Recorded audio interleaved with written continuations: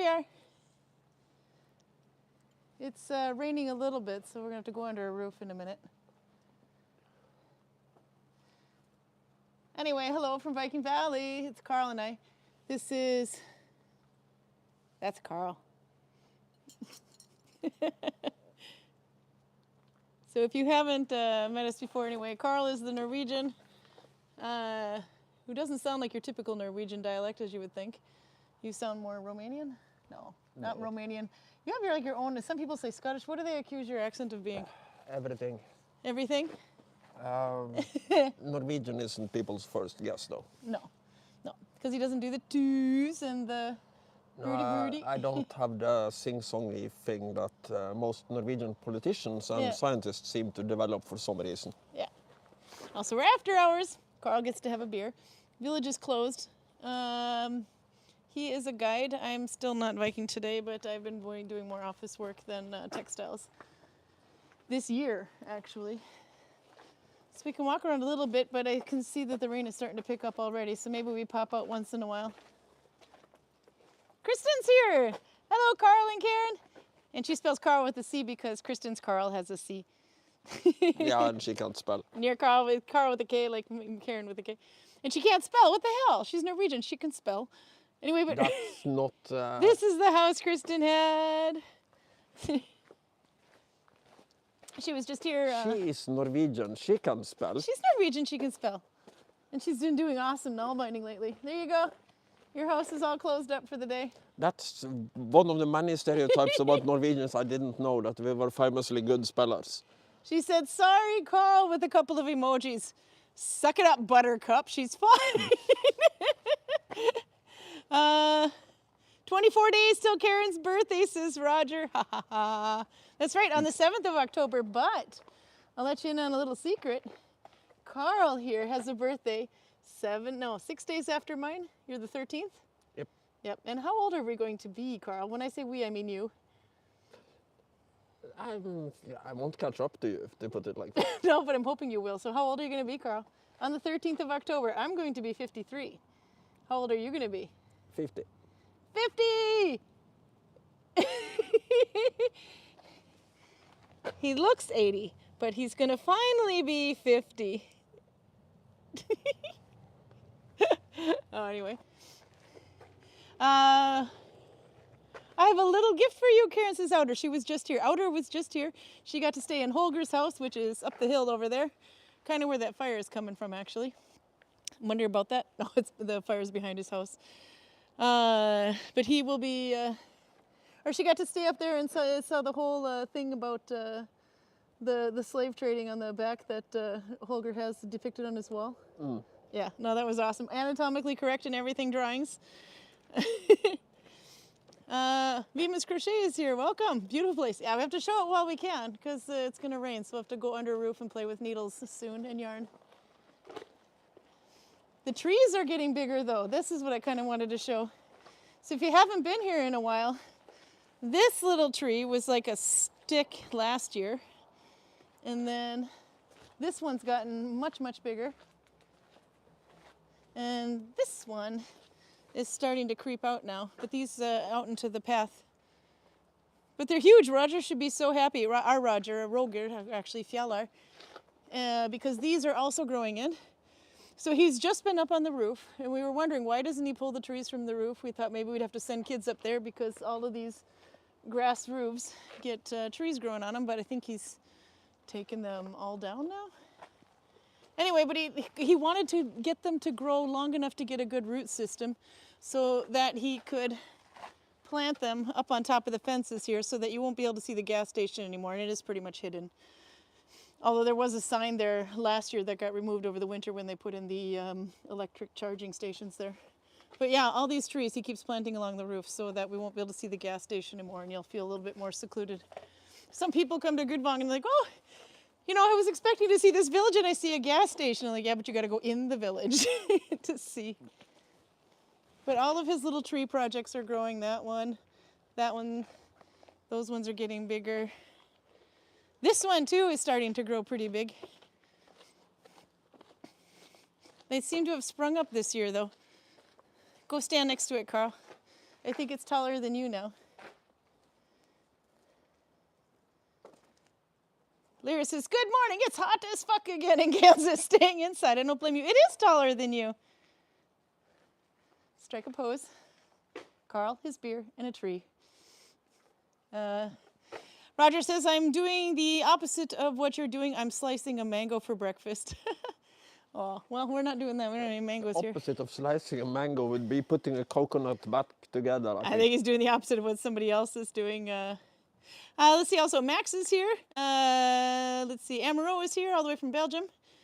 I saw that, Raymond has been here too, Raymond Roberts. He had a picture from a rail show in Australia, and he found a Dalek. So we're running around saying, in your best Dalek extermination, impersonation. Say it. I am a Viking reenactor, just so you know, not a Dalek reenactor. But if you were a Dalek, what would you say? I would probably say exterminate, but I would say it in a particularly stupid way. Can I hear you do it? Exterminate! Exterminate! You make my day. What was up on his page? Robert Reynolds is here. I keep mixing up the names. Raymond Roberts and Robert Reynolds. Look, what's missing? There's no Robert. We need Robert. He was so good at that. Actually, as it turns out, that's not a Freeman duty actually either. So it was really, that's a real luxury that we had him doing it. Would you care to explain all these holes, Karin? These holes right here? Well, for one, considering we're standing on this side shooting, that's actually quite impressive. But this one is mine. I think this one was mine this year. And I'm pretty sure there's some wood missing here because of me as well.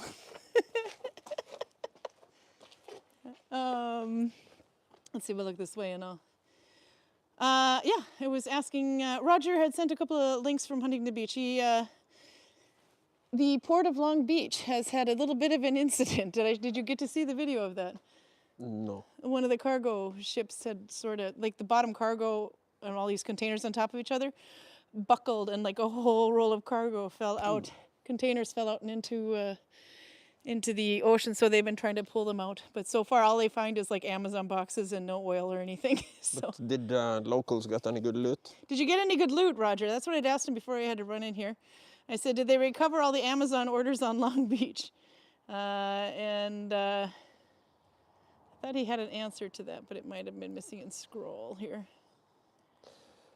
Back during Prohibition. But you can see the video online. A transport ship, I think the whole ship sank outside of where I'm from.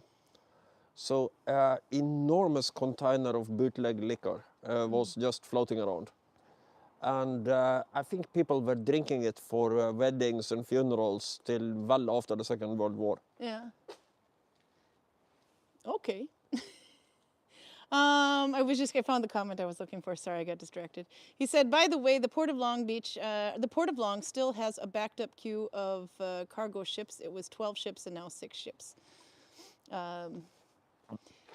Because he's in Huntington Beach, so he's not too far off. But I remember when, it's kind of a big thing, you know, if it doesn't happen every day, obviously, but when I was in Duluth growing up around, I think, was 14, when the sea vessel Socrates went ashore in a storm. A storm hit it really hard, and so then you're looking at the beach, and the beach, we thought it was a big, long beach, but then there's this big ship, like, very close to the edge of the shore anyway, and then all of a sudden you see the size difference. But that one, I think, took about 14 days to get that sucker moved again. But you don't, no loot, says Roger. Oh, man. Susan Youngman's here, PJ's here. I got to read back one because I see her. He hasn't got the right shaped appendage, and now I'm really curious as to what she's talking about. Outer says that red leaf tree is so beautiful. Yeah, the one over there by the axe throwing. We can look closer. Let's see, Prude is here, lovely and cool. But the local military base has been rattling our windows all day. Dong big booms interspersed with machine gun fire. Yeah, you read something about that. What now? Poland got hit. They didn't exactly get hit, but they had 11 Russian drones to deal with. Yeah, that was it. So I was like, oh, scary days indeed. There's the red one. It's starting to get more and more red now. But I thought of something else we could look at too while we walk down, while we can still get out of the rain, because it kind of lifted up a little bit. We haven't looked at the big, what did you call that? What? That building down there that Thomas and Fjaller made? I don't remember calling it anything. I believe, didn't you call it something? Might have done, I don't remember. Female appendage. But anyway, we haven't looked at it since it's been done. It is done now, right?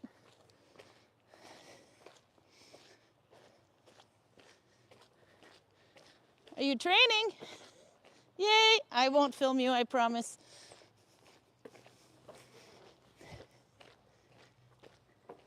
Yeah, what was that one? There we go. So, huh? Oh. They're doing stretches over there, and I could have gotten some wonderful views of backsides, but that's probably not a good idea. Oh, he's got a little pathway too, Karl. Okay, so Karl's microphone is probably out of range now.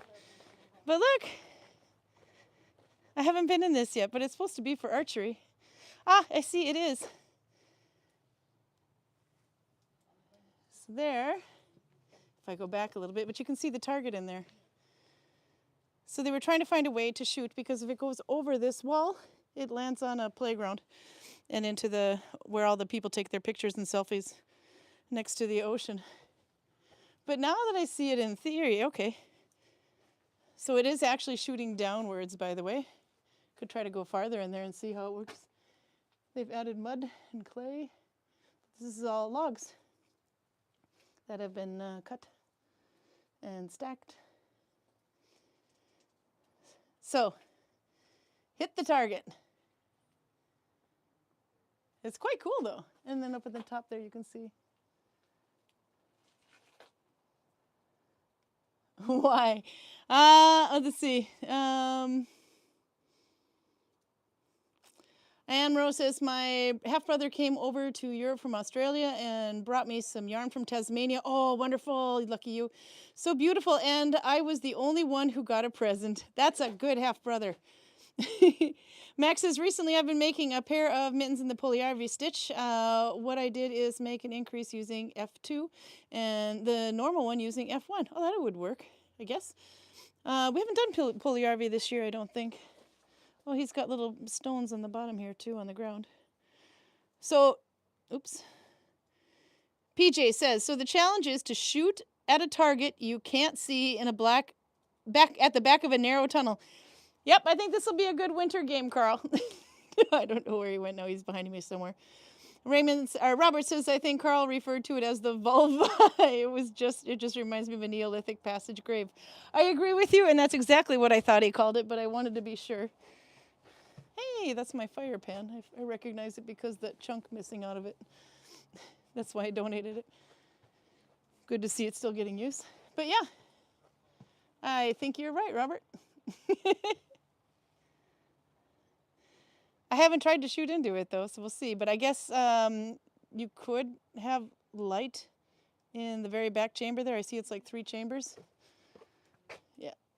So in the 3rd chamber there, you could probably have light behind the little wall there, the support wall. And then you could see it. We've tried to do some things like that in the winter when it gets too dark. So they can shoot. You just light up the target, so to speak. Okay.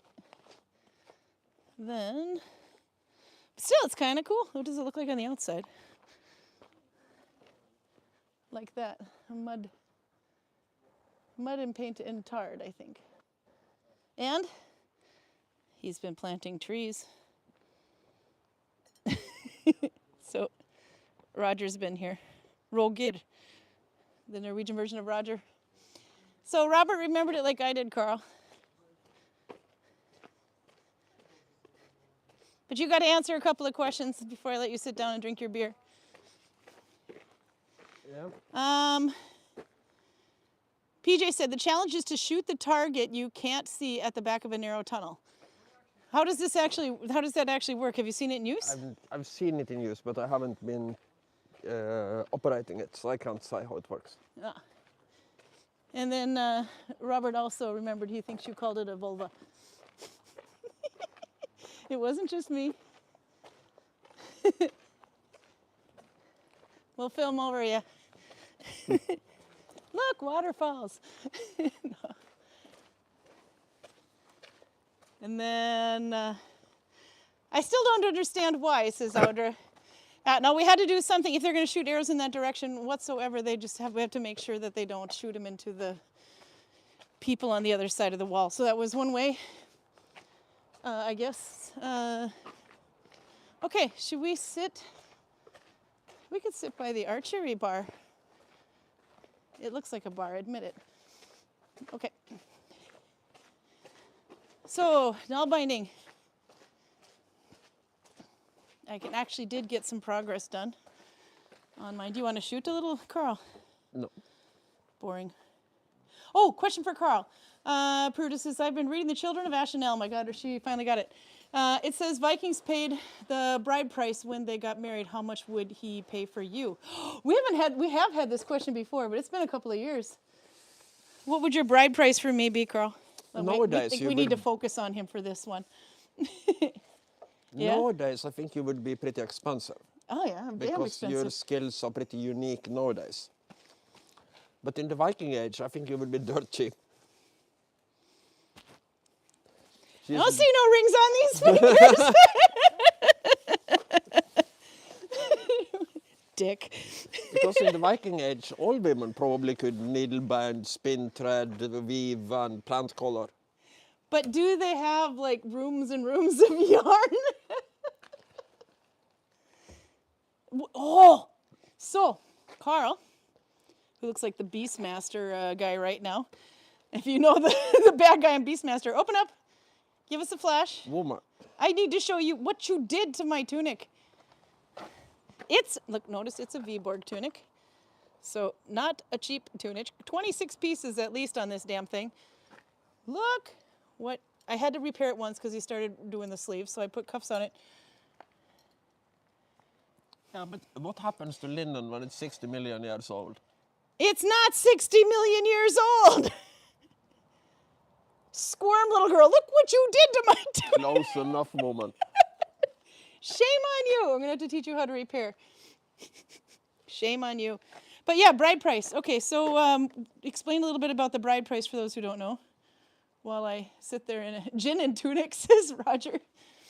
Okay, explain about the bride price while I start needle binding. Because I'm so valuable that I can do the Åsle stitch. Look how thick. It's like the opposite of a dowry. The opposite of a dowry? So there, Basically, a dowry is, I need you to take this woman off my hands, here is some money. And the bride price is, can I please have that woman, here is some money. Okay. All right. Got some new yarn. The color of the month is brown, so I'm using orange. I did finish the leg wrappings, by the way. The owner is very happy. I basically, we didn't have woven leg wraps, so we cut a strip of cloth and finished off the edges a bit so that they wouldn't be so thick. And he would keep his legs warm until he did find some of the hand-woven ones. We're still trying to source those. We haven't had the woven leg wrappings in the shop for a couple of years yet because they're hard to come by and they're expensive. Okay. But anyway, so that was my brown project this month. But I like this yarn, and I like the way it's turning out. I just have to splice a little bit of spit.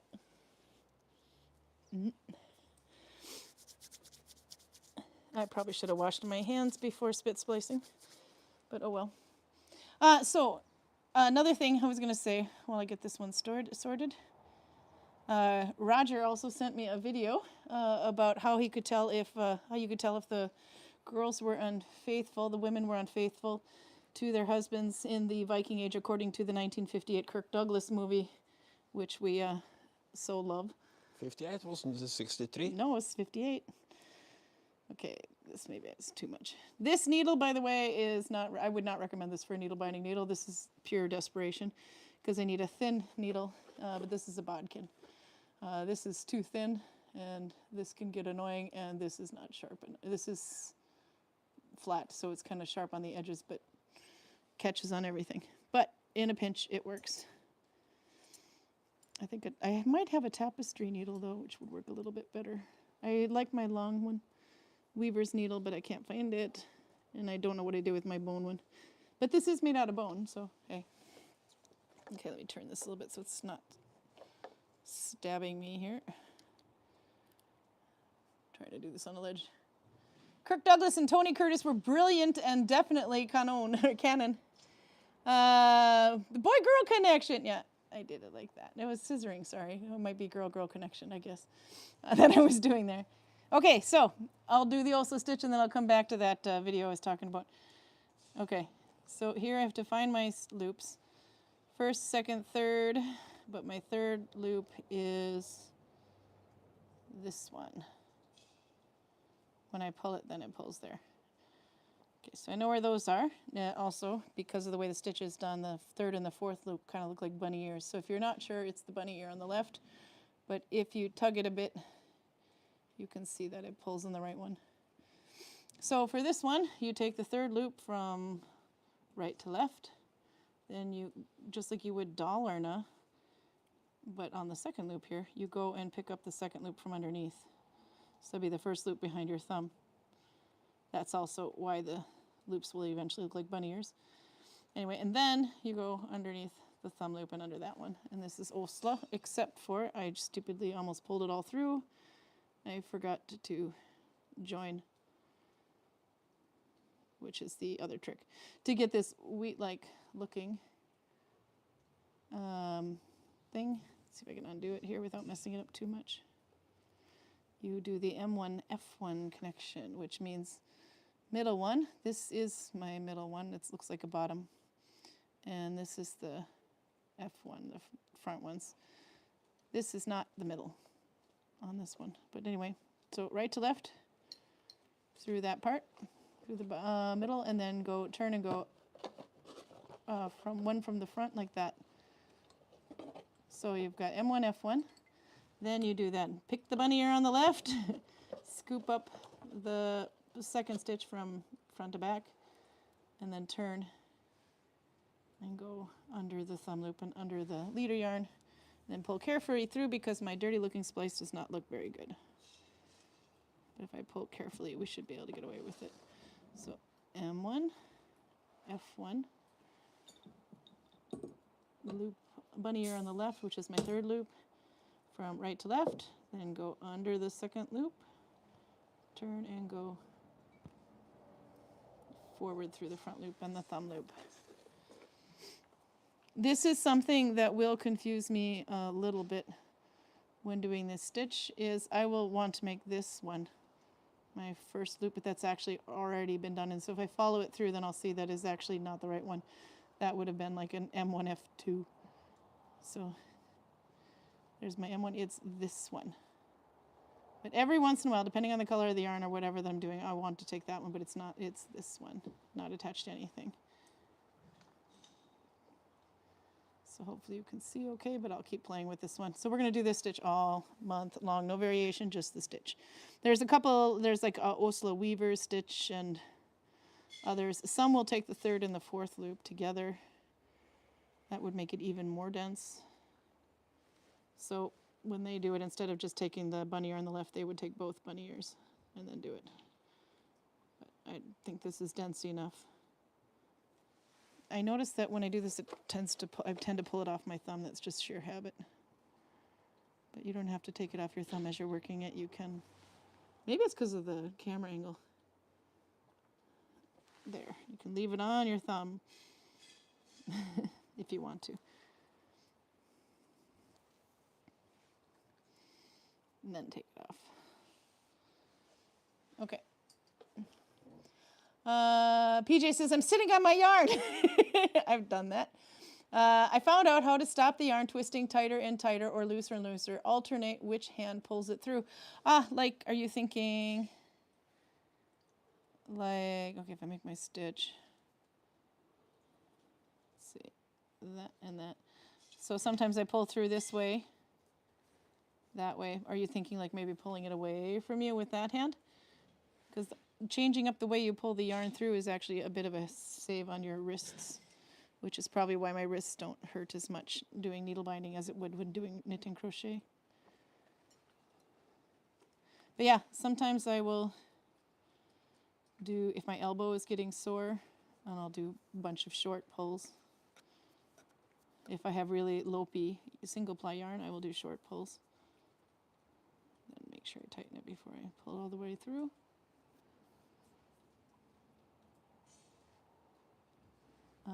If my right arm is hurting for some reason, then yeah, I have no problem pulling it left. So you can change it up, and you can pull your arm up, you can pull your arm down. The most important thing is that you pull it, your yarn, this way. So if you're gonna pull upwards, you better turn your thumb down to compensate. Otherwise you might yank it right off your thumb. So this is Åsle. It is a time-consuming, slow stitch, but it is so nice and thick. I mean, you can see how thin the yarn is, but it makes such a nice and delicate looking stitch and still being super dense. And if you like the inside, for example, you can choose whichever side you want. This is the technical inside, but you can make that your outside. And it helps to have a good yarn. But yeah, I like that. I would not try this with multiple threads because it's kind of hard to see. Let's see. My elbow was getting sore, so I started pulling it through the left-handed and pushing the needle in, and found it twisting the other way. Oh, okay. So you could, you think I could type and spell at the same time, but no. Are you making a pouch or a baby beanie? This is going to be a pouch because it takes forever to do this stitch. I have made maybe 2 things out of this stitch due to the patience level I have, which is stupid because it's one of my favorite looking stitches, actually. I made a cowl that you can find on Pinterest and Ravelry. It's a red cowl on a blue towel. And when you see the way that stitch looks, it almost looks like velvet. Like the red is almost velvet, but it's the stitch. It's the way the angle and the light plays with you. Kind of like that. But I made that, and then I made a pair of mittens once. And well, maybe I didn't finish them, actually. I'm not sure. But I made them from the top down. I think usually I make from the bottom up, but this would be a really pretty good mitten size. So you'd have room to move. It'd also be really warm, but it takes forever. So this one will be a pouch because I have enough half-finished projects laying around. I didn't want to add one just by learning a stitch, so pouch seemed a good way to go, but I don't think I'll be able to part with this one. It's kind of cool looking. But these are one of the expensive. I have 2 kinds of pouches in this store. Both of the same pouch anyway, but some are in the $3.99 range, which is $3.49, which is a lot in Norwegian krone. It's like $35 for this little pouch. And then I have some in the $299 range, so maybe $30. But those the difference is yarn and stitch type. If it's really expensive yarn, then obviously up the price. If it takes forever to do, it's going to be more. So the ones that I have in the shop that are $3.49 are the ones that I made my own yarn with out of the little yarn ends I had. I sat there and carded all the yarn ends and spun them together. There's a video on that. And I made pouches with them. But that yarn, that took forever to make the yarn, so that's why. And then this one would be expensive too because of the how long it takes to do the damn stitch. But if it's a simple Åsle stitch with whatever leftover yarn I have, then it's only $2.99, I think. And then, of course, Norway prices, everything's more expensive in Norway because oil, right? No, I don't know. There's some comments in here, though, for you, Karl, because Karl's looking a little bored. He's opened up his beer. Did you drink it yet? Nope. Oh, you're being so patient. I saw you on, oh, it's starting to rain now. Maybe we need to go in the bar. So Okay, what's your beer? this is I don't know if you've had this one before. Trappist Rochefort. It's a Belgian triple blonde, which sounds Belgium like representing, Anne. which sounds like a category on Pornhub. Triple blonde, 8.1%. Specifically Belgian triple blonde. I'm sorry, Anne. It smells a little bit flowery, but All right, I'm going in the archery bar here while you. It's starting to rain too much. it's not bad. This is actually good. It's actually good? Mm-hmm. He's going for more immediately. So Karl's beer last week was 10%, so he brought this one as a backup. I don't know what the hell he was thinking. How was your lunch today, Karl? Yeah, you didn't have any. Just reminding you while you drink your 8.1%.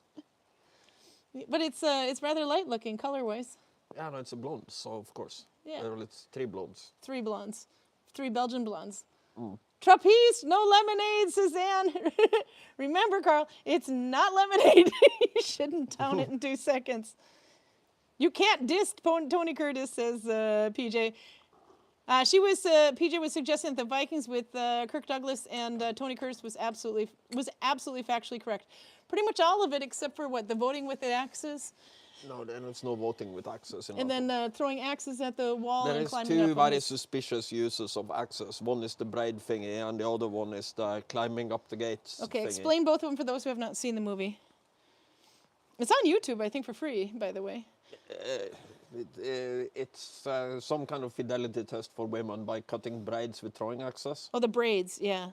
So how do you find out if a short-haired woman is faithful or not? Well, apparently she's already been unfaithful because her braids are gone.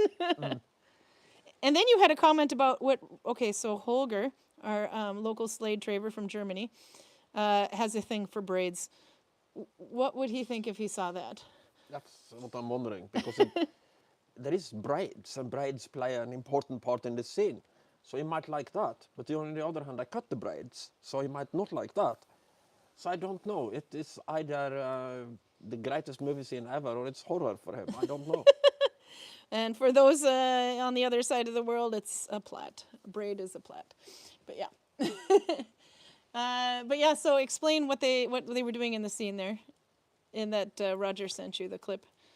What were they doing to find out, to determine if the bride was Well, cheating on the you? way they set it up is that the husband throws axes at... She has her head stuck through a hole, and then she is kind of tied up by her own braids on the outside of the wood. Her husband has throwing axes, and he is... if he cuts her braids, she is innocent. If he kills her, she is guilty. And if he misses with 3 axes, they drown him. Drown, yeah. They drown him. Pretty sure wasn't the thing. No. But I'm 100% sure it wasn't the thing. It's stupid. Okay, and then what was the thing with the axes in the wall? No, they climb up a wooden drawbridge thingy by throwing axes into it like... Stepping stones or something? Steps on a ladder. And again, they probably didn't throw axes at all. No. And then there was another one where they had 2 trees and they were axe throwing to vote. That's the stupid Valkyr thing. The female group of the 50s, 60s, whatever. Back when we watched all the stupid Viking movies. Yeah. And this is a bunch of girls voting by throwing axes into trees. And I think the most exaggerated thing with the whole thing is that not a single girl missed. No, it was pretty... Oh, come on now. I'm really good at axe throwing. Yes, but I have girls throwing axes 2 hours every day. And how many of them are Viking girls? Well, you and Marie. Yeah. And even the 2 of you are not at 100%. My arm gets sore sometimes, and then I have to pull the yarn in a different direction when I needle mine. No, but, okay, so, but the whole point was if they threw their axe and it stuck into one tree, there would be a vote for one thing. And if they threw the axe and it got stuck in the other tree, it would vote for the other. The trees were like there and there. Yes. So there are no mistakes. No, there's no mistakes unless they miss. Just instead of saying, I am voting for Ronald Reagan, you throw an axe into the Ronald Reagan tree. Yep. But if they miss, does that mean they don't have a vote? It's like the people who made the movie don't understand that axes won't necessarily hit. No. So what happens if they did miss, though? Who knows? Theoretically, Because would they lose their vote, or do they get to go again? Why am I trying to analyze the brain of somebody who made some kind of female Viking movie thingamajig? I have no idea. I don't think I thought that far ahead. So one more spectacular thing that happened in the movie. Kirk Douglas was running along the oars on the ship. That's historically accurate. That is historically accurate. Would you like to explain that one? We know that Ole Tryggvason did it. We know it can be done because you see reenactors do it from time to time. Yeah. They very often go face first into an oar and then into the sea, but they can do it. It's like catching an incoming javelin. You can do it. It's just a little bit dangerous and stupid. If it's not raining a sec, I can kind of show you what that would look like without running on it. I'm not going to run, but I'd love to see you try to run. Okay. What, are you nuts? Yeah, come over here. I'm not playing with oars, woman. No, you're not. I'm just trying to demonstrate. Because we have a boat. A boat, not a boat, a boat.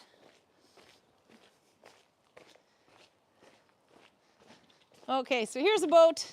Imagine much, much, much bigger. Enough for 250 butts. This fits what, like 14 butts? So now, there's the oars. Imagine they're all going along this way. And then Karl goes hoop-de-doo-de-doo-de-doo-de-doo across. The trick is that you have to be precise and fast. Because of leverage. The guy holding the oar won't be able to hold your weight for long. Yeah. But because of inertia, he will be able to hold it for a little bit. Well, they're pretty long and they're pretty wide. You can fit a foot on that. All right, ready? We're gonna run. Just pretend. Who ran with me? It's funny because I drink and you get stupid. Shut it. I'm not stupid. I'm just intellectually more fun than you. There's a difference. Okay, and you had another job this week. You were to look up falconry. Yeah. Falconry. It's extremely old. It is. And there are two references to falconry in what you could consider to be the Viking Age. One is the Bayeux Tapestry, Yeah. and the other one is the poem The Battle of Malden. The Battle of... The Battle of Malden. It's an Anglo-Saxon poem. Oh, okay. There is a reference there to Come out of the ring, Karl. let him fly from your hand like a tame falcon into the woods. That's in the actual poem. Yeah. So I'm not entirely sure on when this poem was written down, but it's Anglo-Saxon, so it's in or very close to the Viking Age. So you think they did have falconry? I'm pretty sure they did. Yeah. I also believe, without having sources for this, that there are depictions and or even actual falcons in Viking graves. Yeah. Sorry, I have to laugh because Robert says I'm going to use this line, so I think when we have time to sit down and make little 30-second reels from these videos or 60-second reels from the videos again, he said, I'm so going to use that. I'm not stupid. I'm intellectually more fun than you. That was a pretty good one. Thank you. Not intellectually stupid. I'm just intellectually more fun.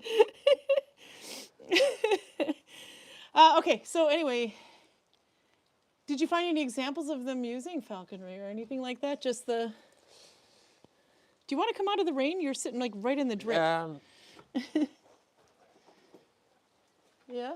In one of the articles I skimmed, there was a reference to a runestone, but they didn't give me anything to follow it up with, so I can't find a picture of the runestone in question. Yeah? And just somebody claiming, yeah, but it's on a runestone, doesn't really help. Here, you can sit here and get your beer. It's on a runestone, you said. You have a better background that way, and plus you can see the rain coming. According to the article I read, but that isn't...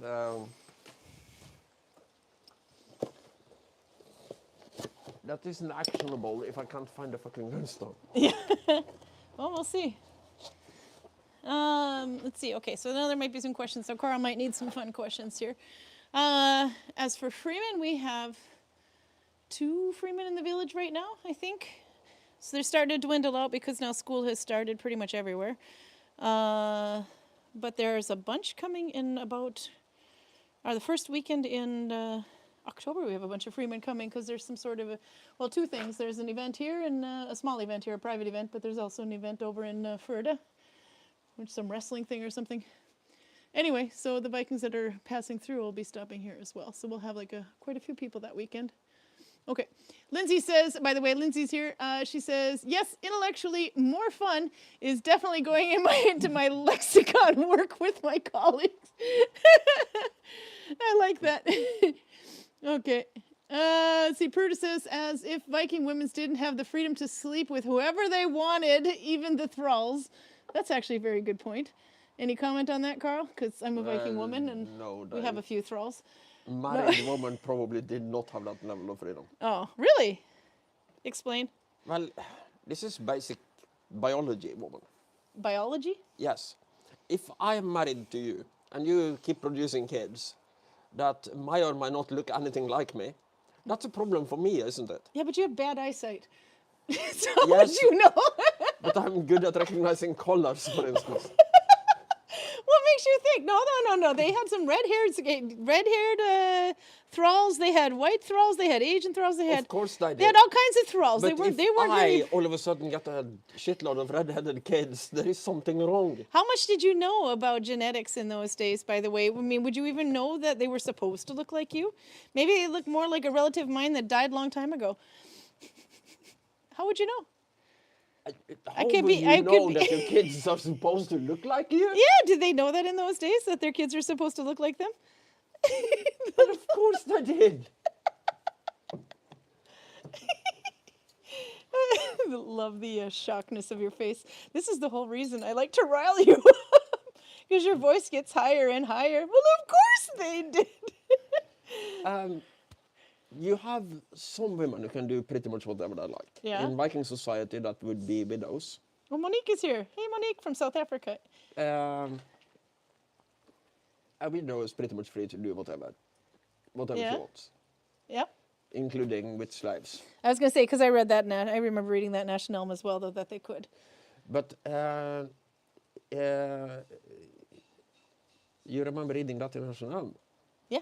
They were talking about that the Viking women could, well, I mean, if they had to relieve certain itches while the husbands were away.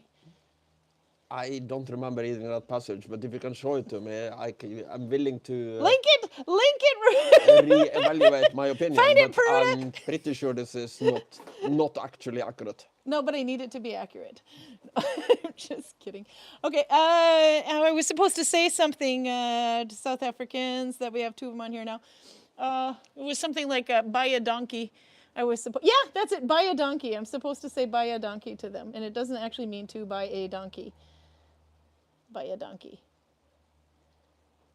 The look on your face in confusion is fun, but now I can't actually what I'm supposed to remember that it was supposed to mean. I believe it's a greeting, but I need the South Africans to tell me, what does buy a donkey mean? It's actually not spelled by a If you don't donkey. know what it means, except for it being South African, for all you know, it might be the most racist sentence ever uttered by There a you human go. being. See, Monique spells it. It means thank you. B-A-I-E, baya. And then donkey, D-A-N-K-I-E. I think it was Nikki. It was Nikki who told me I had to say buy a donkey to the South Americans. Thank you. Thank you very much. And then there's Roger chiming in with Donkashane.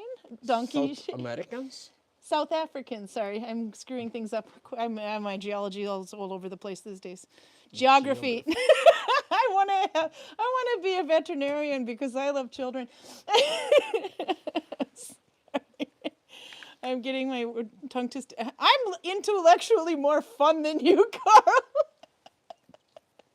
Holy crap, if only my brain knew what my mouth was saying. Let's see. Roger also says they knew from farming white sheep and black sheep. Although Yes. the sheep change color very quick. Within about 2 months, they start changing their color. Among other things, but I don't know which law it is, but apparently in one of the Viking laws, it basically says that if you find another man in bed with your wife, you're allowed to kill him. And this is even if you are a troll, your wife is a troll, and the guy in the bed is a free man, you are Yeah. allowed to kill him. Let's see, I have to put it this way here. Hi! You want to wave? They're civilians today. For that, Yeah, he's burning things up there that don't have a good smell. Okay. Yeah, it's the stuff in storage that needs to be gotten rid of. Okay. No, he's burning things from storage that need to be gotten rid of. But some of it is textile material, so it has a smell to it. Yeah, sorry, the fighters are. It's like an electric fire or something. No, it's not electric fire. It's actually, yeah, I didn't even think about that one until I saw the strange looks on your face going up the hill. Yeah, Anders Hovland is up there burning things today, but he's burning textiles. But there, let's see, I'm trying to figure out a way to put this where I don't look like I'm looking over your head or below you, but I want a needle bind, so I'll just turn it there. We'll look down on you instead. That sounds more fun, because I'm needle binding. Why are you filming me if you're needle binding? Because looking at me, staring at, well, because if I'm needle binding, I can't look at the camera. I love your hat. Show your hat. This was the Justin Bieber fur. We had a hard time sourcing the correct fur. The original fur you had on that hat, what was it? Probably not wolf, fox maybe? I think he must have originally had fox. And we had a hard time finding another one. But I did find one that was taken off of a coat. It was, like the collar of a coat, or around the hood sometimes we'll have some fur on it. So I had thrifted some of that, and then I had found it, and it was the perfect distance to go around his head. So I put that one on there, and he looked like Pat Benatar for a little while. And that was really cool until you kept rubbing it. He keeps moving his hat around with his hand when his hat is wet. And so then it started to rub the fur off. So now we're on fur number 3, which is baby goat. What's a baby goat? A kid. Yeah. So this is goat fiber, but the goat fiber just kind of like lays this way. So it's the Justin Bieber hair. But there's actually a little video on YouTube, one of the few ones I've got up there right now. But I put this one up a couple years ago because Karl, he doesn't wear and tear very well. This was just the embroidery here. And this was a linen panel that was this color, and a linen panel that was maybe, I forget, red or something here. But they started to get shredded, the panel, and we didn't want the embroidery to get destroyed. So I took and embroidered chain stitch up and down the sides of it to try to get it to bring it back to life. And it looked so beautiful. And then he got it dirty again. This is a light blue, not gray. And then we found a tip to put on it. Where's this found from, Karl? I don't know, but considering who we bought it with and how it looks, I would say probably Slavic. Yeah. Yeah, he's one of the Polish silversmiths. Oops, there, makes that, the focus is kind of, but you can see the little dot work on it. See if I do that maybe. Every once in a while it wants to focus on Karl. And then we decorate it with some presents because Karl and I have been together almost 5 years now. As a couple anyway, almost 5 years now. And when you live in Gudvangen, where basically there's nothing more but our gift shop or a gift shop with trolls and flags.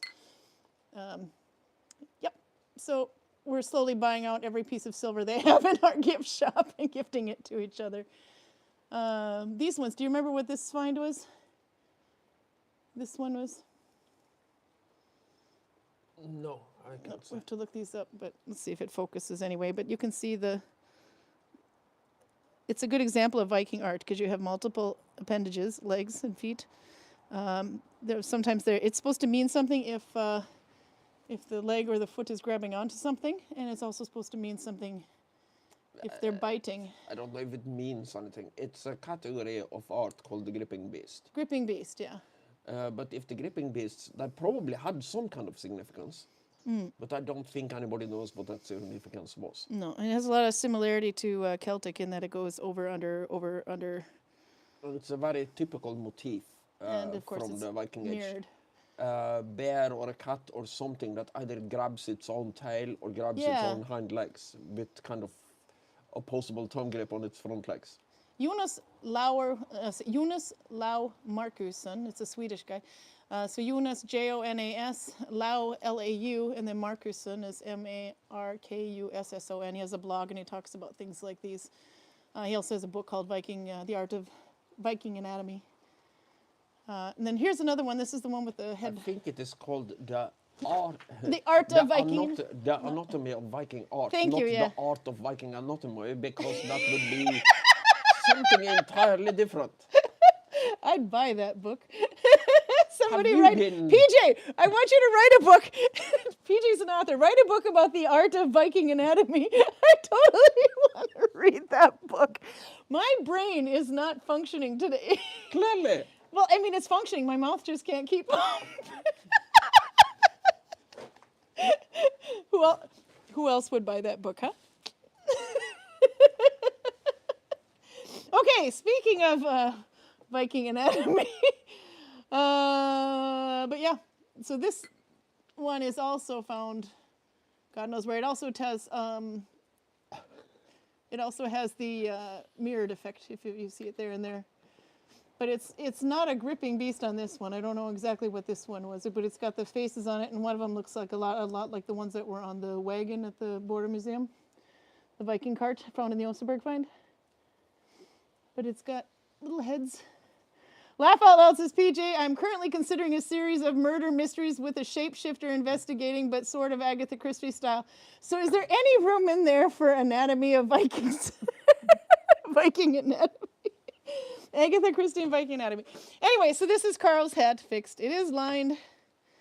We haven't really had these in the shop, but there was one Viking who made about 3 of them and put them in, and one was like this one was originally, without the tip on it and just this bit of embroidery in the front, but that one sold for like $1,800, and it had fur.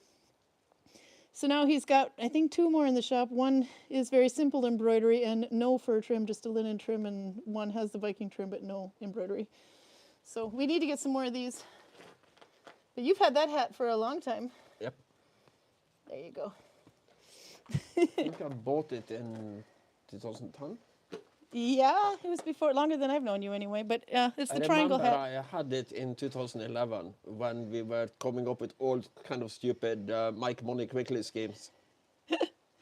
PJ says, my editor posted on Facebook that my books are the best she's ever read, but she spelt it, yeah, this is kind of funny, R-E-D, and I was well chuffed. And see, so PJ's brain is working, but the mouth isn't keeping up, or the fingers in this case. And says, I really can spell, I promise. I meant red, R-E-A-D, not red, R-E-A-D. I love it. Anyway, but she wants your hat. Now, everybody comments on your hat. We do need to get some more of those in the shop, but I can make them, but the embroidery takes forever, so I haven't done that. And that's another thing with the hat. They did this one more technical to correct to the Viking age by using split stitch here. I don't know if you can tell the difference, but this is split stitch, and then mine is chain stitch. They look very similar. This is faster, but split stitch sits a little flatter than chain stitch does. I would love a hat like this, says Monique. Super nice. See, I got to make some of them, but I just need to find something other than Justin Bieber fur to put on there. I don't know where to get fox fur from without ordering it online. I'd like to see if we had somebody selling it, but the closest I can come up with is... what you most easily can get around here is goat.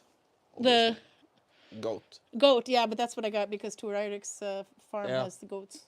So and that's where I bought it from, actually. It's I made one in the shop that is made with hand-woven fabric, but no embroidery on it or anything. Oh, what's his face? We also have the guy who sells sealskins. Ula, yeah, but I don't know. That's not something that is normally easily available. It's originally from Finland. But it's easily available for us because we know that guy. Yeah, I could see if you can get a hold of Fox anyway. I'm sure if I wrote some there. Faux fur may be more humane. Faux fur would be fine too, but I got to be able to get a hold of it. I used to buy fur coats from secondhand stores. You have the historical correct fake fur thing that Kristin keeps ranting about. I saw somebody do that. They brought in some hats. We haven't had Nalbinding hats with wool. That's cute, Karl. With fur. She put fur on one, but of course it's resourced. Like originally the fur that I put on your hat came from a coat. God knows how old that coat was. Anyway, but and then she also had some with wool from a sheep, the fur around it anyway, and put that on there. Those actually sold for $1,000. Nalbound hat with the fur on there, with the wool trim, I mean. But again, we don't know how. I mean, the Nalbinding hats, don't really have any findings for that in the Viking Age. Right after the Viking Age, you could have one. But so adding fur to it, it's another thing, or wool. But yeah, the faux fur one where you have to do the weaving with the fur with wool tufts sticking out of it, so it looks like a sheepskin, but it's not actually skin; it's woven. Varafell, isn't that what it's called? Yeah, Varafell, I think. Yeah, if I'm remembering correctly. That could be done, but damn, that'd be expensive. I think we only have 3 people with those in the village, and one of them just got theirs literally at the beginning of the summer, and it's the one who made it is finally making her own, or just finished making her own, yeah. And then the one that they had, somebody was up in Lofoten, I think, made one. I want to say it was, the French girl, I forgot her name. No matter how expensive something is, sooner or later a rich person from the other side of the world with a very vague understanding of the Norwegian currency system will just buy it. Ragnhild Anderson is here. We miss you guys. Say hi to Trim, Karl. Hi, Trim. Hi, Trim. I have to turn it. Hi, Trim. You have to shoot. We're waiting for you. No. Okay, and I'll turn it back to Karl. Karl's having a beer, so he's a little happier now.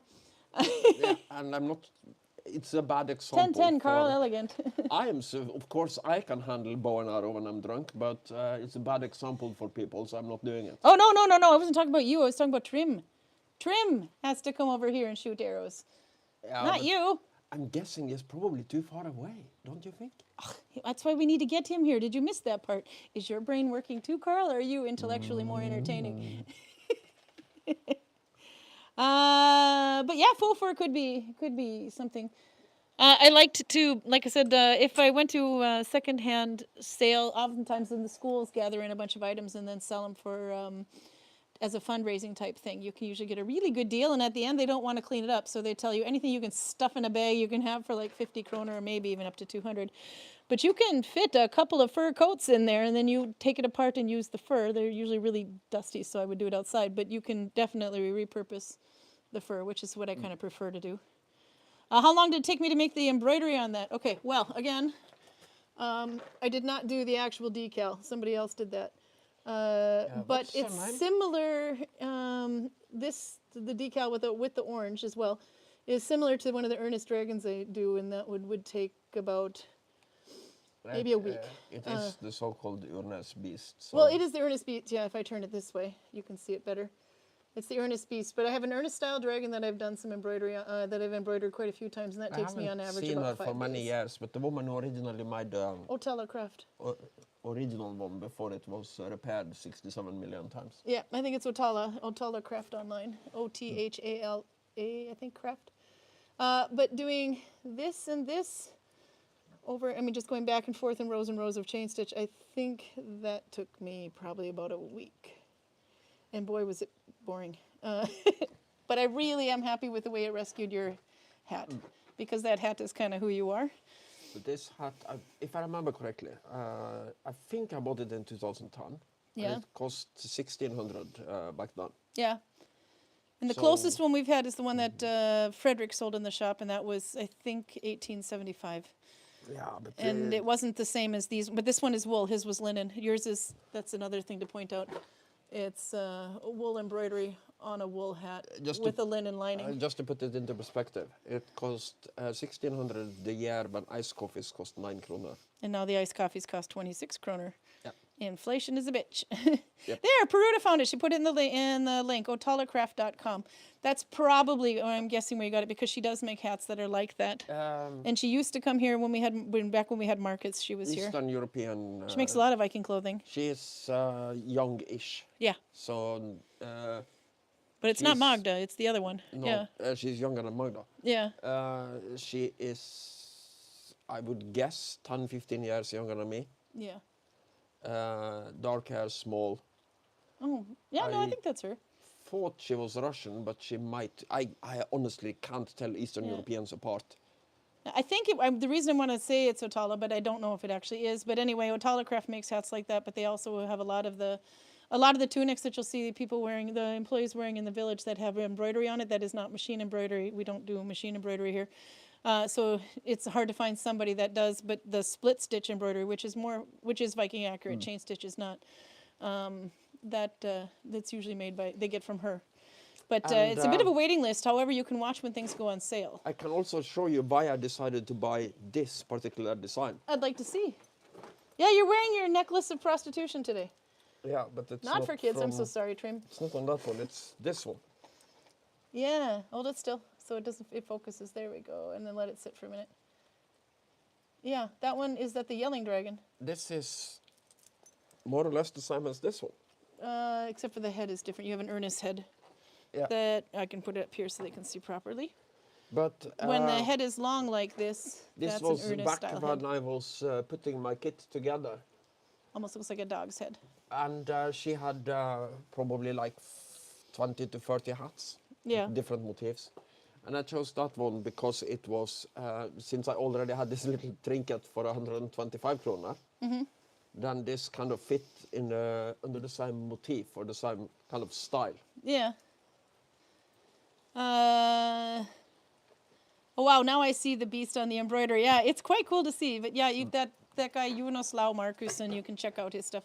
He makes he studies a lot of Viking art and tries to recreate. But yes, let me look at the picture one more time because that one has a different head than the Ernest dragon. Yeah, but it's the same. Oh no, it does fold over like a. If I turn it this way, you can see it a bit better. Okay, yeah, no, it's a bit more Ernest than I thought. Yeah. It is the same style. Yeah. Okay, now let's. We haven't had a tour of your Viking pornography. You want to see the porn necklace? Yep. The porn necklace that we call, because he puts up all of his special things. We don't necessarily have to point out, but if you see it, when you see it, you've seen it. Hold it still there so it The reason I focuses. have this on a separate necklace is when I have school clothes, I put this on the inside of my tunic so Yep. that they can't see it. But it is Because actually based on a find, this one. then it's all based on finds. It's just Yeah. that the finds are a little bit. Graphic. They are a little bit outside of the Viking Age. Is it the same as the world serpent, Jörmungandr? The one you had before, by the way. It's a little delay. It might be. Ernest isn't. Ernest to- looks like a dog, but The Ernest dragons are probably kind of just old habit because they're Christian at this time. yeah. But they probably also still can, to some extent, believe that you make these things to scare away bad spirits or whatever. But Jörmungandr it is. Well, yeah. The Midgard serpent. The Midgards, yeah, but I mean that goes when they twist like that. This one, Sorry, yes. Back to the Yes, pornography one. it's called the Stiklestad Exhibitionist. On the small stone church at Stiklestad, this Yeah. is one very old church. But on the foundation there is rock carving about this big, Yeah. kind of tilted. So it looks like it wasn't meant for the church, it was meant on some other building. So when they built the church, they took stones from somewhere else. Yeah. And it shows a lady lifting up her skirt to show off her lady hole. And Kind of like what we looked at earlier. there are many theories about what this kind of signifies. Yeah. Because remember, in the early Christian church, very, very few people in the congregation actually knows how to read and write. Yeah. So you kind of use images to illustrate to them the 7 virtues and the 7 deadly sins. So this might be an illustration It could of be. lust, basically. Yeah. This is one of the things we don't want you to do. But it might also be What about the Ibn Fadlan? There's a. the pussy scratching story from Ibn Fadlan. That's one way of putting it. I'm 99% sure that this is Peru Vikings found it just and linked it. messing with some Arabs because they know the Arabs go completely nutty when they see female genitalia. Yeah. I'm almost sure about that. Because that can't possibly have been how they normally behaved. Yeah. Because that would cause a society that was even more nutty than their society actually was. Yeah. By the way, Peru found a link, and in the link name it says, is it either? It looks like Sheelanagig, but it could be Sheelanagig. Shiara Nega. Shiaraga. Okay, and And Stiklestad. that's this thing. There you go. Hold still so it focuses just on that. You need to clean your fingernails, Viking boy. But yes, okay. Say that, pronounce that again. I think it is Shiara Naga. Shianaga. I don't speak Irish, but this Yeah. is an Irish thing that is pre-Viking Age. Yeah. It's usually what looks like an ugly, bald-headed woman who's kind of going flop. I'm sorry. Wait. We need the full effect. How's that go again, Karl? Flop. PJ would like to add, I would love to add this comment from PJ. That figure appears to have teeth down there where weren't there figures from mythology that did have fangs within their lower lips? I am Kinda curious about that I'm too. not familiar with that from mythology. No, I don't know. Actually, I just thought that was actually pretty interesting. Homework for Karl! You need need to know by the next Oh, week. my Google search is going to be so bad. Your Google search already is screwed up. But yeah, no, you find this, as far as I remember, the share and the gar thing, you find it a lot in Ireland. Yeah. And we don't know what the hell it means. Robert, you're kind of a little bit closer to Ireland. Do you know? It does look like claws down there, but actually I think that is the fingers of the hand. One kind of funny story about this thing. Because when you look at it now, you see very clearly what it is, right? Yes. It's a kind of ugly woman showing off her lady hole. She's not ugly. I think she's cute.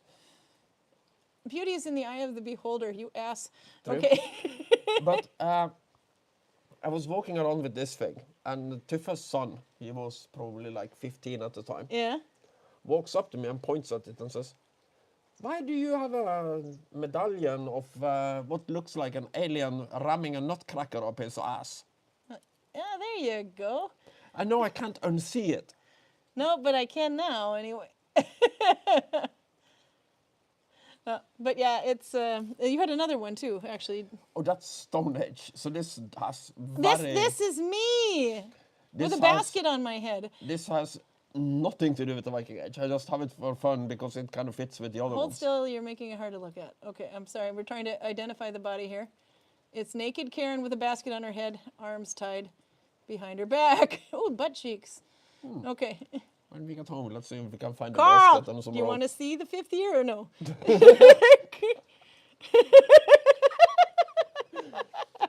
Oh, what's it called? It's somewhere in Germany. Venus from.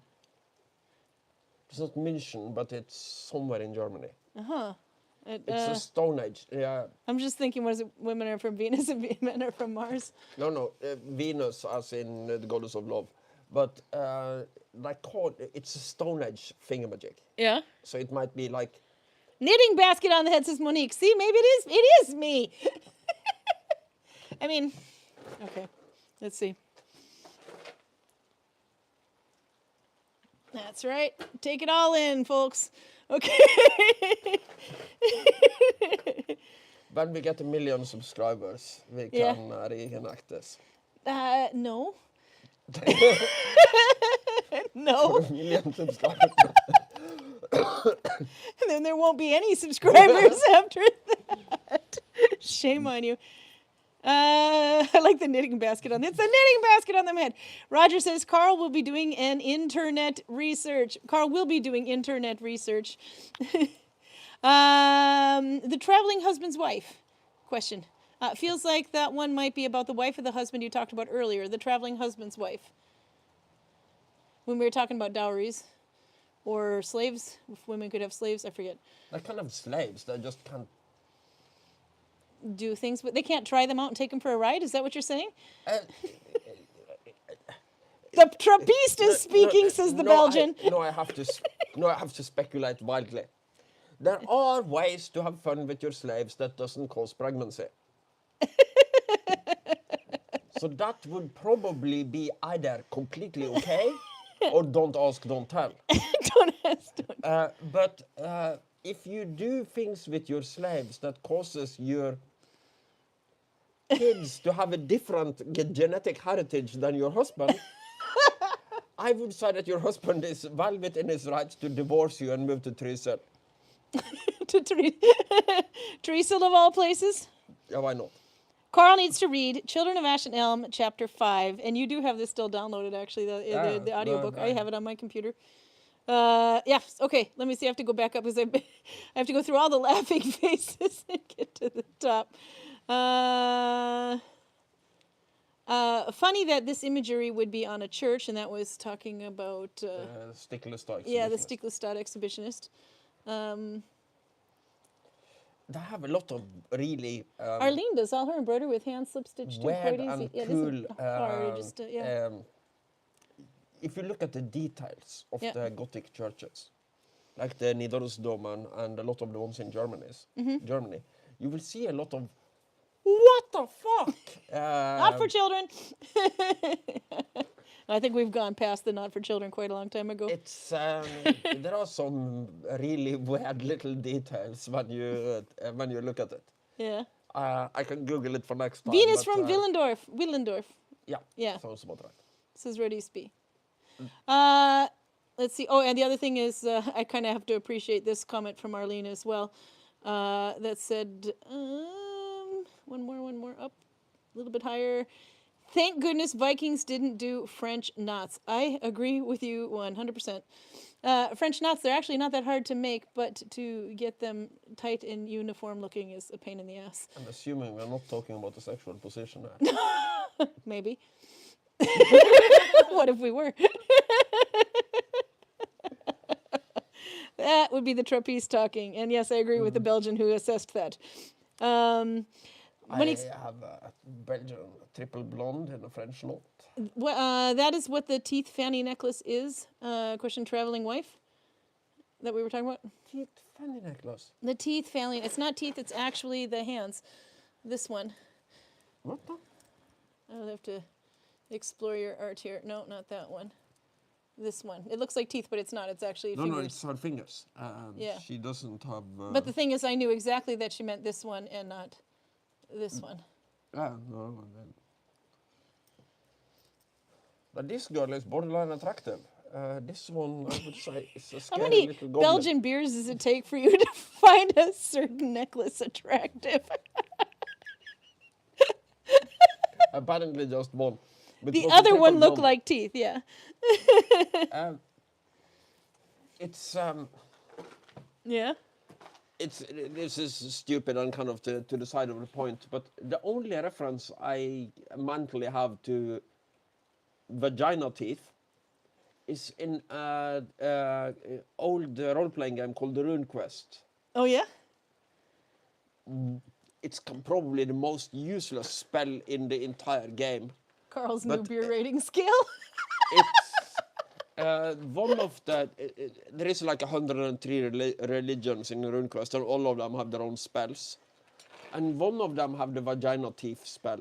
So if you are a woman, you can have vagina teeth if you throw that spell. Would that look a bit like a praying mantis? Not a praying mantis, but the Venus flytrap? I have actually neither as a game master or a player, I've never actually seen that spell in use. No. I just know it exists. I could imagine the end result would look a bit like a Venus flytrap. Just...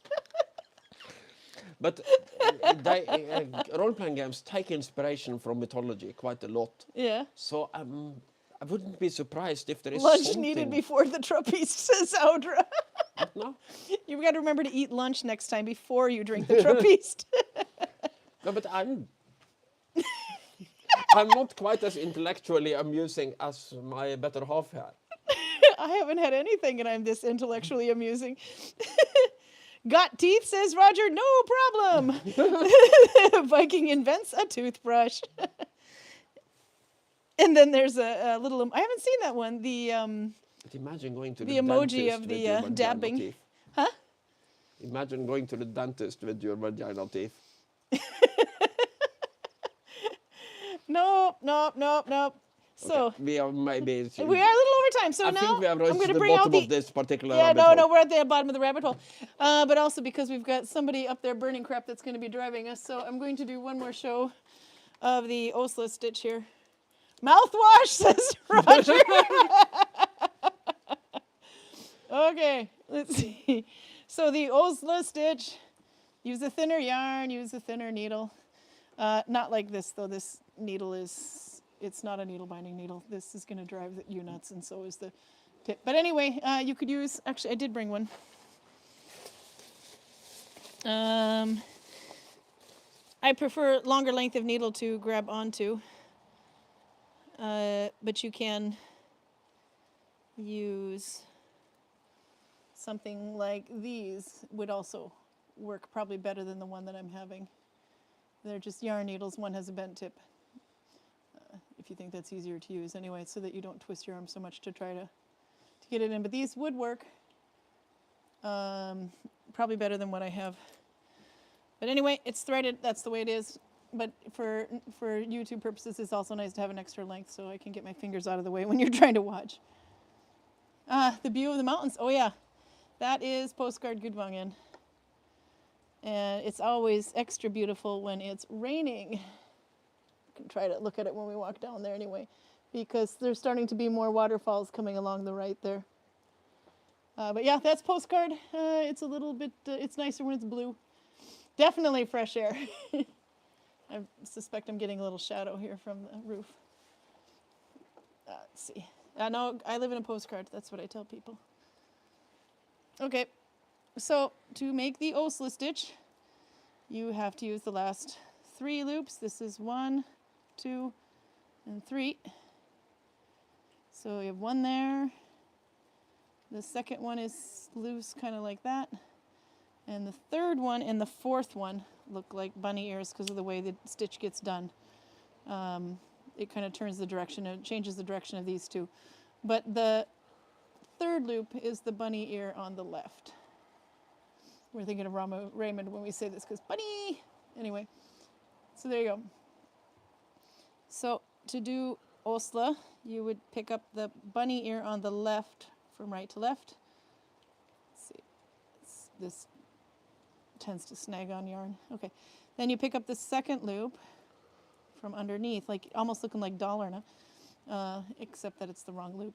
Anyway, but you pick it from underneath, and then you go forward through the thumb loop and that one.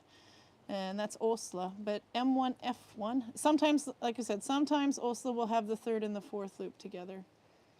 But for this one, we're just doing the left side because it's thick enough as it is. And you do not want to tighten this or anything. It'll look loose on the ends, but it's not. But it will thicken up plenty on its own over the neck. As you go forward, these loops get tighter. So you're picking up this one here, which is technically your middle one. Although when you see it like this, it almost looks like this crossover is the middle, but this is the middle. So M1, right to left, because of the way it's going. And then you twist and go up and take what you would have normally done. There's your F1. Not to be confused with this one, because this one goes to the thumb, so it's that one. So M1, F1, and then you do that on the back, where you take the bunny ear on the left, hard to see, right to left, go under the second loop, and then go forward through the first. And if you see, I pulled this all together so it got loosened up. I can tighten it one time before I pull my stitch through. But I would not, do not after tension this. It looks like, in the beginning you might think that you need to needle tension, but you don't. It will get tighter. Bunny ear on the left, underneath. And Neulockentod has a video for this if you need to see it done. Just make sure you see the M1, F1 connection. Because there's a couple of, there's also one called Åsle Weaver Stitch, and yeah. But Åsle is spelled A with a circle, S-L-E, hey! It sounds a bit like Oslo, but it's not. It's Åsle, or A with a circle, S-L-E. Let's see. Karl points out, as you can see, it's getting to be a little bit dark, and this is going to just get darker and darker here. So soon we're going to have to be going indoors again. Looks like the mountains are crying. Yep, exactly, they're spilling over. I'm looking forward to go indoors again, because then I can show you my pussy. Actually, speaking of that, Peruta was just questioning your pussy. So, let's see. Albert has a good Vangen postcard. They're not so easy to find here.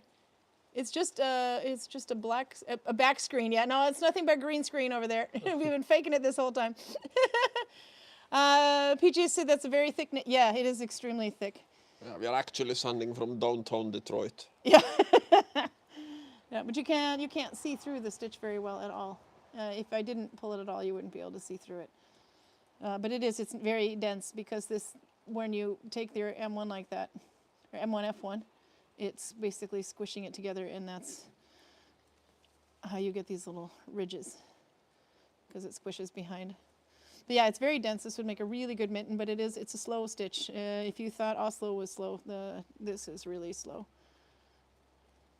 There we go. Oops. There you see that tip is important, that it's rounded on a needle binding needle. And then the second loop. Hard to tilt my hand that way. Let's see. You must prefer you seem to prefer really skinny needles, Karin. At least I do when showing how to do something like this, but this one is a little too skinny. The bone needle, I can't figure out where I put it, is a little bit thicker than this, which would be better. And I prefer to use a weaver's needle, which looks like a longer version. Oops, almost lost my needle. A longer version of this one. It's about that long, which is much easier. But it makes, yeah. If I'm doing Åsle though, the Åsle stitch with a fat yarn, then I absolutely prefer to use a bigger, thicker needle because it's easier to hold. You can see I'm kind of putting a death grip on this thing because of my carpal tunnel. So, but for demonstrations purposes, as far as this, it's easier for you to see where things are going with a skinnier needle than with a fat needle that covers up everything in the back. Ah, Osman is here. He says, "Sorry, I'm late." Welcome, Osman. We got some historical sewing needle samples in from him, and they're actually quite good. We just have to, I mean, they're just samples, so we just have to sand the tip, and they're perfect. So we have ordered a bunch, but these are sewing needles, though. I don't have them on me right now. So we're looking forward to having those in the shop. We've been trying to get a hold of those for several years now. Let's see. Yeah, this is going to be a pouch because it would make a great mitten, but the time it took me to just do this much, it's a very time-consuming stitch. But if you have time and a lot of love for yourself, you should definitely make yourself a pair of mittens out of it. And this is basically sock yarn. But did you have a pussy-related question? Yes, I did. Yes, I did. Peruta says, oh, and there's a silly question for Karl, too. How's things with the cats? She wants to have the diplomatic cat diplomacy update.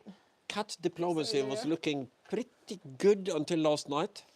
It looked like she had comfortably found a position in the hierarchy between Silly on top and Fussy on the bottom.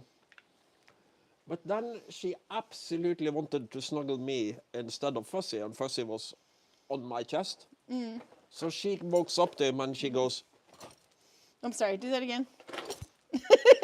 That was really quick hand action. Do it again. And she does that probably like 7 times, and every time Fussy goes... And the 8th time, she doesn't stop. She just flies into his face. They fight on top of me. Then they fight in the corner of the bed. Then they fight on the couch on the other side of the room. Then they fight twice in the kitchen. And in the end, none of them come back to sleep on top of me. They just... Poor Karl doesn't angrily, have any kitty action They at just night. angrily lie on the opposite sides of the room and stare at each other. So...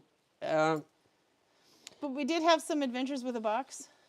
Oh yeah, no, but the box is mostly interesting for Silly.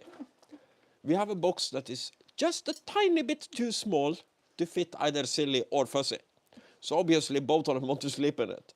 Yeah. It looks so stupid because you have a box that is just a tiny bit too small and a cat that is just a tiny bit too big that squishes himself into this box and pretends that he's comfortable.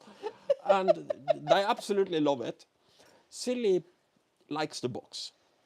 Occasionally Fussy is in the box, but Silly will happily throw him out when he wants the box, which is most of the time. So Carla is kind of fascinated by this, so she just lies there and stares at them while they fight over the box. Then she walks up to them and walks up and sniffs the box when nobody is nearby, but she doesn't seem at all interested in sleeping in it. And she is the only one that would actually fit. She would fit in that box, yeah. Cats can be pretty dumb. Oh, but not as dumb as we thought, because you've heard about the experiment where you, I'm just going to put this down so I can pack it a little bit. The experiment where you like make the shape of a box, or you tape a square onto the floor with masking tape or something. And then the cat is supposed to, according to God knows what TikTok, Reel Watch, maybe YouTube, I don't know. Apparently the cat is supposed to try to sit into it and squeeze into it as if it was a box. But it's just a taped square on the floor. But none of the cats fell for that. First he was interested, but when he discovered that he could lie on the outside of it and just lick on the tape, he did that instead. Yeah, no, he wanted to attack the tape. But I have seen cats, when you drop a sheet of paper on the floor, Yeah. they would rather lie on the sheet of paper than directly on the floor. Yep. So they like things that are tiny. I was going to say, Radisby says you need to get a second kitty box, I hear. Yep. Yeah. Yeah. But, you know, this is another thing, though, because your cat, Carla, that she seems to be, the Siamese cat seems to have no problem using the kitty litter box with the wood that takes the wooden pellets. Yeah, no, But now since she's using it, I mean, God forbid her smell be the last scent that goes in that box. So the cat that didn't want to use it is now using it. yeah. So we may be able to She get rid of the might regular cat actually sand and stick have with the taught sawdust. Silly how to use it. Yeah, it seems to be working. So either that or we have a big But mess we when are we get home. also uncharacteristically good at emptying it. So we'll see when we start to get sloppy. The cats will probably start to get sloppy too. Well, we either got a pile of pee on the floor or they're all using it. So we shall see. There has been no incidents of floor peeing No. since we got her, I think. Cat version, Monique says, cat version of the story of the three bears. I was going to read beers. This box is too big. This box is too small. Goldilocks and the three bears. It's Karl and the three pussies. Let's see. There was a question in here, though, too. Roger had one. A little bit higher up. Let's see. What are you? Oh, this was Monique. What are you knitting? I am new here, so glad I found you. Yay, we're glad you found us too. We need more. We need entertainment. Because even if only one person logged in, we'd still do this, but it'd be a lot less fun without everybody in the chat egging them on. Thank you for providing smiles. It's all about smiles. We have enough crap going on this week. We needed time to sit and smile. Silly question for Karl, says Roger. Did Vikings love singing in the rain like Gene Kelly? Let's go see. Stand out there, Karl, and see if you can sing. I can't sing when it's not raining, so why do you think I want you to would go be out any there, better at it? dance and sing, and we'll see if you look happy. The Vikings, they have a strong culture for storytelling, poetry, and probably singing, because we don't know if they ever put the kind of a melody to their poems. But this is a notable hall culture. Remember how cold it gets here in the winter. And in the summer, they're busy plundering Ireland. So in the winter, they would like to sit in a warm room, drink something strong, and tell stories about how their great-grandfather murdered an Englishman. Also, he says, the Churchill cats to Karl, we will fight on the beaches, we will fight on the land, we shall never surrender. And Anne points out quite correctly, a box is never too small for a cat. Didn't you know that? No, we have some great pictures, some particularly silly in the box. That is something we do. We have been doing the picture of the day. We just haven't been posting them. And of course, that part of registrations to YouTube still isn't open yet because we wanted to wait until summer was over so we can actually remember to post and put stuff in it. But eventually I have to upload, I don't know, even including from the pictures from Leeds as well, I'm going to have to upload a whole ton of pictures and then open it for registrations. Otherwise, someone's going to get spammed big time. Oh, they're going to get spammed big time. Yeah, they're going to get spammed big time. We should do that. We can walk over towards Anders because he's going to give us a ride home and then see if we can see the mountains a bit better. Put the glass in the box. And if we have time, I'll rinse it. If not, then... It's going to smell till tomorrow and attract lots of flies. What a great way to get your glass clean, Karl. Novia says that you could also double as beer cozy. Do you need a beer cozy made out of that beautiful... If you spill beer on that Åsle stitching, I'll have to kill you. Then maybe you shouldn't turn it into a bear cozy. No, it's not going to be a beer cozy. I'm sorry. There you can see the water is starting to, if I come out enough. It's starting. There's like a little waterfall there now. And then in a little bit longer, these are going to be full-on waterfalls, though. But it starts to... Go and find our pyromaniac so he doesn't live without us. He's up there burning textiles. It totally smells of textiles. I like that the fighters came out to complain. Maybe we can... Oops, sorry, my microphone thing pulled. See if the sheep are playing in the rain, too. They're not. They are always in their house when it rains. Yeah. Let's They will barely come out to eat if it rains. So maybe this isn't rain in the background. Maybe it's all just textile smog. Hi, guys. Oh, they're in there. They're just... One looks like a were sheep. You see him in there? Hi, guys. They're like, screw you, we're not coming out of here. Nope, they're in there having fun.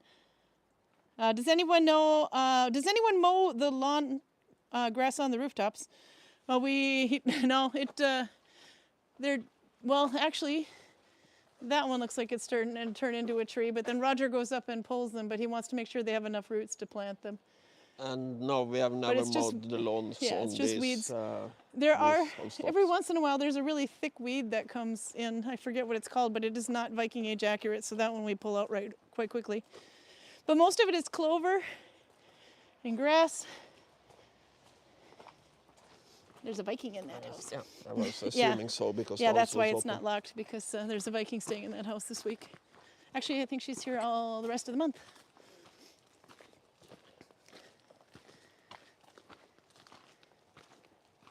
No, I'm pretty sure this haze is not Anders. I'm pretty sure this haze is rain. It's not raining too heavily though, just a little bit. Misting.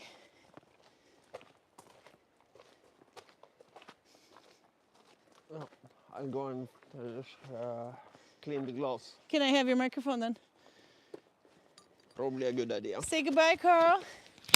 So next Saturday, hopefully it's not raining too much and we'll be here. Yeah, 6:30. We might be at home showing off our pussies. He says we might be at home showing off our pussies. It depends. If it's rainy, if it's cold, if we don't have a ride. We're heading into the season now where the summer help is going home. There's his fire up here. But it's just a smoldering fire, so. Whew, wow, that's a smell.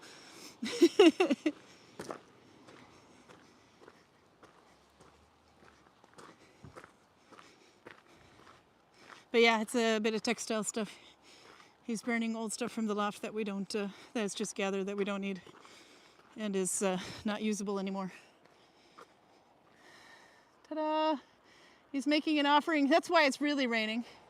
But there you go. There's your rainbow view. Not rainbow view, rain view. But yeah, you can see how dark it is now. And it's probably, we've been on for about an hour and a half. So each week it's going to get darker and darker and darker. But then when we're indoors, then we can make fun of the lamps falling on our heads and stuff. And play with the cats. 3 cats in the house now. That's going to be fun. Okay, but then I think I'm going to have to call it a day. We had a double rainbow earlier this evening. It was raining through sunshine, says PJ. I missed it. I was walking to the grocery store, which is just literally on the other side of our parking lot, and there was a rainbow over there. It happens quite a bit. And I wanted to take a picture of it for the thumbnail, but by the time I got my camera out, it disappeared. So next time, we'll have the rainbow picture. Let's see if I missed anything else. I think I got most of it anyway. But yeah, next week, same time. Nikki was wondering in New Zealand about daylight savings. Daylight savings in Norway is not until about October 23rd or 26th, somewhere around there. You can just Google when is daylight savings in Norway 2025. So we are not changing our clocks for at least a week yet, or at least a month. So the next ones should be at the same time for us. But if you change your clock in the meantime, which is in the case of Nikki, then it'll be on at a different time. But otherwise 6:30 Norway time on Saturday. Okay, I'm gonna say goodbye. Look how cute I am. Okay, we'll see you next week. Bye.